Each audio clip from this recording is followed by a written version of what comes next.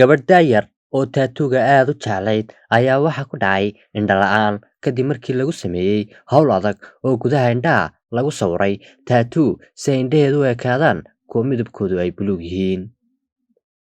Gabadhan oo la yidhaahdo Amber Luke oo 24 sano jir ah oo ka soo jeeda magaalada Central Coast ee gobolka New South Wales ee gudaha Australia ayaa waxaa qalliinka uga baxay €13,901 oo ah lacagta u dhiganta $15,525 oo dollarka Mareykanka ah.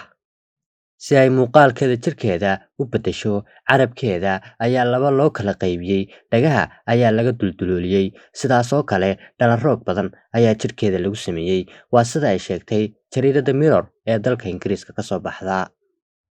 Amber waxay jirkeeda ku sawirtay 200 oo tattoo. Waxaa qalliin lagu sameeyey faruuryaheeda iyo dhabanka, sidoo kale waxaa la duldulooliyey dhagaheeda, laakiin tattoo-gii indhaha ayaa ahaa kii ugu dhibka iyo xanuunka badnaa. Amber waxay nafteeda ku tilmaamtay inay tahay daroogankii caddaa ee indhaha buluugga ah lahaa. Waxay tiri, suurtagal ma aha inaan idin tilmaamo siduu dareenkaygu ahaa xilligaas.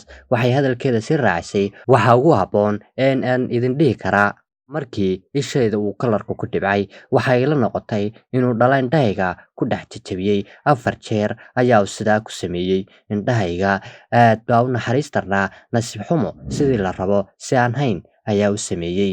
Sida jariirada Daily Mail ayaa dhankeeda ka qortay sheekadan ayaa sheegtay, Amber waxay tiri, hawshanu mid indho la'aan keenta ma ahan caadi ahaan haddii sidii ay ahayd loo qabto. Dhibaatada indho la'aanta ah ee soo wajahday darteed ayaa qalliino badan oo ay jirkeeda ku samayn lahayd ayaa ay hakisay. Hooyada dhashay gabadhan oo la yidhaahdo Kiki ayaa oohin la aamusin kari waayey kadib markii ay ogaatay dhibaatada indhaha ka soo gaadhay gabadheedan yar. Waxay sheegtay inay hore isku weydiisay sababta ay gabadheedu khatarta ugu bareerayso, laakiin ay ahayd arrin aanay waxba ka qaban karin maadaama ay gabadheedu go'aan ka gaadhay, isla markaana ay ku khasbanayd inay ku taageerto go'aanka ay gabadheedu gaadhay.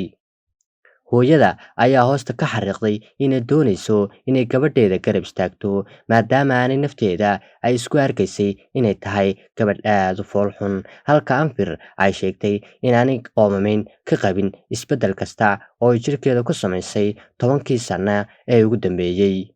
Gabadhan ayaa ku doodaysa in dadka ra'yi kala duwan ay dhanka muuqaalkeeda ah ka dhiibteen, qaarkood way wanaagsan yihiin halka kuwo kalena ay foolxumo ku caayi jireen. Waad ku mahadsan tahay daawashadaada.